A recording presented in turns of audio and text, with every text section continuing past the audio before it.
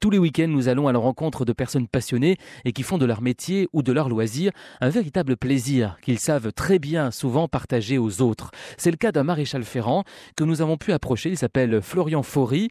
Il n'a que 26 ans et connaît parfaitement cette profession, sûrement parce qu'il aime les chevaux. Et d'ailleurs, plus jeune, il voulait devenir jockey, mais sa taille a été un frein. Florian est trop grand pour être jockey. Nous l'avons retrouvé en plein ferrage. Allez, donne, Fifi. Génie. Et là, maintenant que j'ai forgé mes fers, je vais les reposer mettre des fers neufs avec des clous. Pour faire un cheval comme ça, un cheval de trait, il faut compter à peu près 1h30. Alors, je suis surpris par le calme de ce cheval. Ah mais, comme je vous dis, elle en plus elle a 19 ans et puis elle est habituée à être ferrée comme ça s'appelle à l'anglaise. Vous avez plusieurs outils pour faire un cheval. La maillotche c'est ce qui sert avec le rogne-pied, c'est pour couper la corne en fait. Une fois déferré, après j'ai ma pince à couper. C'est comme un genre d'énorme coupe-ongles exprès pour eux. Et après j'ai mon brochoir pour mettre les clous, pour brocher. Ma pince à sonder au cas où des fois ils ont des abcès. Alors vous êtes jeune, pourquoi ce métier ? Ben moi je monte à cheval depuis l'âge de 6 ans, donc c'est venu au fur et à mesure. J'ai fait des stages, ça m'a plu, et après la troisième je suis parti dans une école spécialisée pour faire la formation.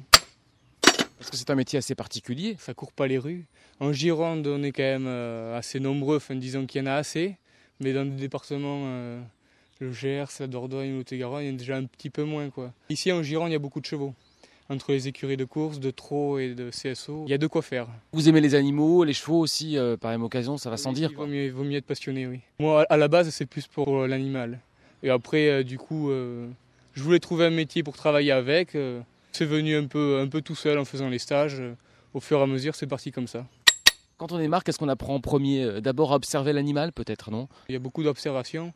On ne touche pas trop au début parce que c'est quand même délicat, comme je vous dis. On peut le faire boiter, donc c'est pas n'importe qui ne peut pas le faire. Et au fur et à mesure, on commence à s'approcher, à déferrer, à faire des manipulations qui sont pas trop dangereuses ni pour nous ni pour le cheval. Et au fur et à mesure, on s'y met à force de voir.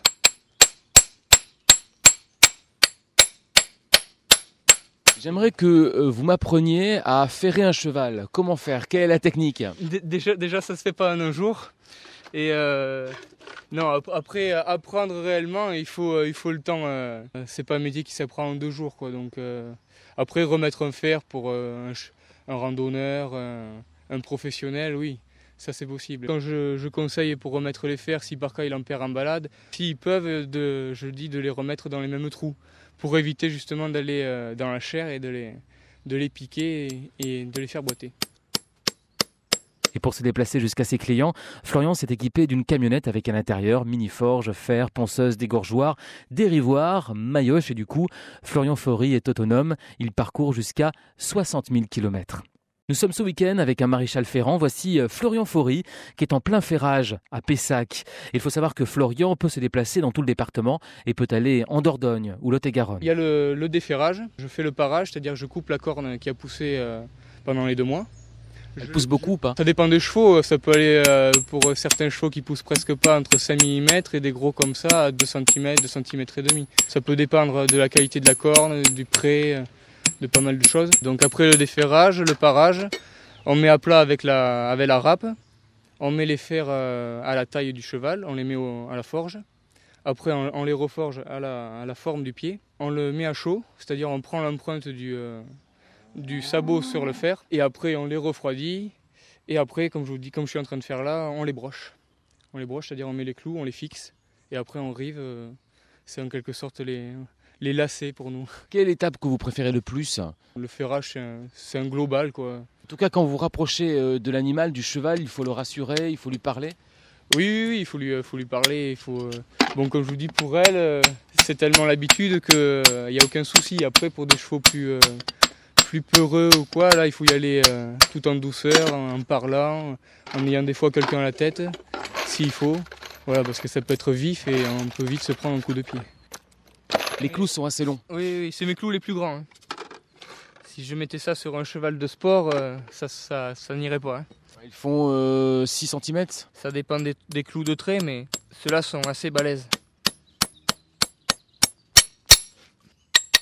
Et vous en mettez combien ? Là, il y en a 10 10 devant, 8 derrière. En général, sur les chevaux de sport, c'est 8.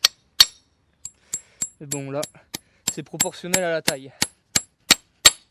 Et pour les enlever après? Pour les enlever, j'ai un dérivoire, je les mets sur mon trépied, je relève le rivet que vous avez vu que je faisais. Et après, j'ai une pince exprès qui passe sous le fer. Et je redécolle le fer comme ça. Quels souvenirs vous en avez justement de ces années passées à ferrer des chevaux voilà. Est-ce que vous avez des anecdotes Avec les chevaux, avec les clients, on se fait une relation à force. Et comme c'est très régulier, on se voit 6 à 7 fois par an. Ça devient, comme dire, entre guillemets des amis, quoi. C'est assez plaisant de partir au travail en règle générale. Voilà. Alors, vous avez des chevaux, vous avez aussi des vaches juste à côté, des bœufs? C'est des bœufs, oui. Ceux-là, ils travaillent dans les vignes ici aussi. Et peut-être que je les ferai un jour à ferrer. Est-ce que vous ferrez les chevaux comme vous ferrez les bœufs par exemple? Ah non, les bœufs pour l'instant, si je les fais, ça sera la première fois. Donc ça n'a rien à voir avec les chevaux, ça n'a pas du tout les mêmes pieds. Il faut 2 fers par pied en fait sur un bœuf. Et non, ça sera la première, il faudra que je fasse là moi aussi un stage de plus pour apprendre avec un maréchal qui a du métier là-dedans. Le métier de maréchal ferrant est en train de connaître une seconde vie. Cet engouement est sûrement dû au développement des centres équestres dans la région. Il n'y a pas de mal à se faire du bien quand on est maréchal ferrant. En voici un, nous le retrouvons en train de ferrer un cheval. Il s'agit de Florian Faury, 26 ans, qui a la passion des animaux depuis tout jeune. Il les aime, mais il a appris à les connaître. Et c'est vrai qu'il est préférable d'observer les réactions des chevaux, car ils peuvent peser jusqu'à 600 kilos. Intéressons-nous tout de suite à la forge. Je passe à la forge à gaz, et on les met à la forme du pied. Ça prend du temps? Disons que dans le ferrage, ça compte à peu près un quart d'heure, 20 minutes. À reforger, mettre à chaud, refroidir et les remeler, c'est une partie qui compte, oui. Ça prend une bonne partie. Oui. Et comment connaître les dimensions exactes? Vous avez un mètre? Vous avez... Non, à l'œil. À l'œil, on fait ça... À l'œil? Oui, à l'œil, oui. On a l'habitude, donc une fois qu'on voit le pied, nous on a plusieurs tailles, on a des fers industriels et on sait à peu près en général, on ne se trompe pas trop, on peut hésiter entre 2 tailles, mais à l'œil on voit toujours. Oui. Parce qu'il ne faut pas se tromper. Il a mal, ou soit si on met un fer trop petit, il ne sera pas à l'aise. Il marchera un peu sur des œufs. Et si on met un fer trop grand, il ne sera pas forcément à l'aise non plus. Et en plus de ça, il peut se toucher avec les postérieurs dans les antérieurs ou déferrer tout simplement en s'accrochant le fer. Comment voyez-vous qu'un animal justement a mal été ferré? Il va marcher sur des œufs comme vous disiez? Oui, en général, s'il marche sur des œufs, c'est qu'il est pas à l'aise. Ça dépend de l'épaisseur de la corne. Est-ce que vous montez aussi sur des chevaux? Est-ce que vous profitez de ces animaux qui sont quand même extrêmement agréables à monter? J'en ai 2 chez moi et je les monte quand j'ai le temps. Là, ça fait un moment, mais dès que je peux, oui, je pars en balade. Avant, je montais, je faisais des concours et maintenant, je fais plus que de la rando. Vous avez une combinaison de travail bien particulière. Là, c'est le tablier du maréchal. Si on ferait en jean, on aurait des bleus à la fin de la journée. Il faut rester attentif. Est-ce que vous gagnez votre vie avec ce métier?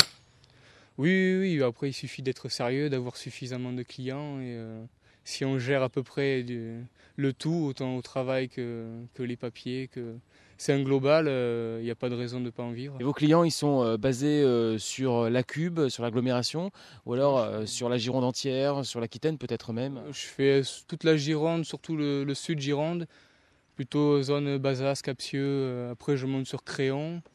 Et après, je vais des fois faire des journées un peu dans Lot-et-Garonne ou limite Landes, mais moins souvent.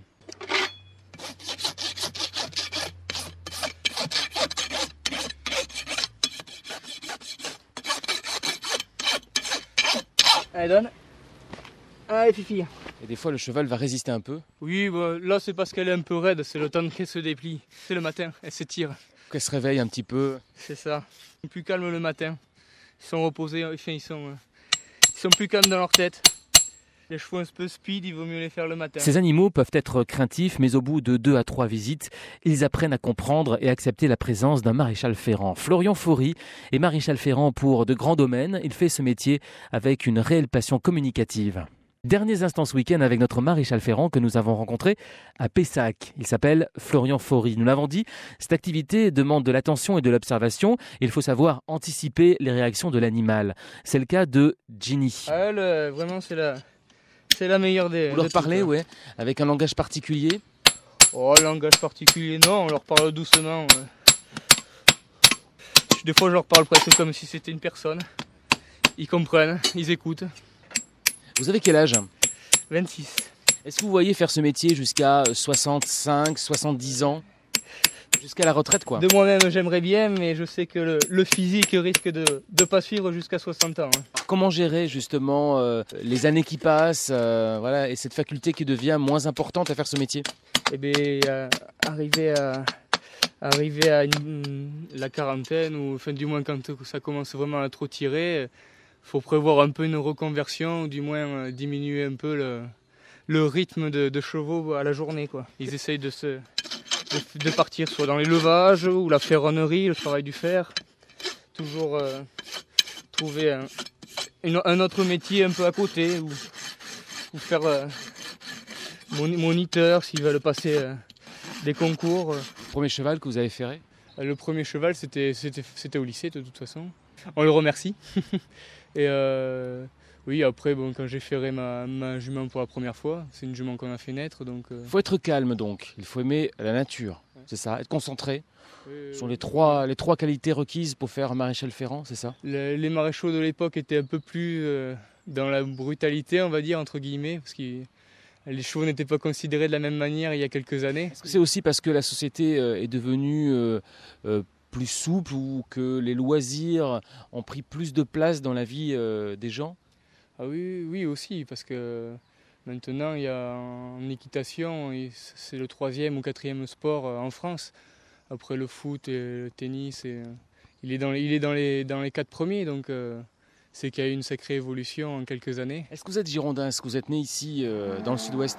Moi je suis de Langon, je suis né à Langon, donc ici il y a un peu de tout. En Gironde il y a de la forêt, de la vigne, des concours, des chevaux de course. On peut choisir un peu les chevaux qu'on veut. Il y a la chasse à courre. Le maréchal, il peut choisir un peu les chevaux qu'il préfère. C'est-à-dire qu'il y en a qui vont préférer faire des chevaux de course, d'autres plutôt de loisirs, d'autres de compétition de CSO. Moi, je suis plus dans les chevaux de trait, chasse à courre, un peu de compétition et du loisir, surtout pour l'été. Alors ces chevaux, quel nom ont-ils? Il y a Jenny, il y a Vench et Unique, et là il y a Quinoa. Ça c'est les 2 juments. C'est les plus faciles à ferrer. Et les vôtres alors? Vos chevaux, quel nom ont-ils? Moi c'est Native et Danette. Ah, Danette. C'est ça, jument de rando. Pourquoi ces noms? Native c'est la jument qu'on a fait naître. Mais Danette, elle sortait de club, elle avait déjà un nom comme ça. Et c'est là-dessus que nous laissons Florian Faury, qui a encore beaucoup de travail avant de ferrer d'autres chevaux et même des bœufs.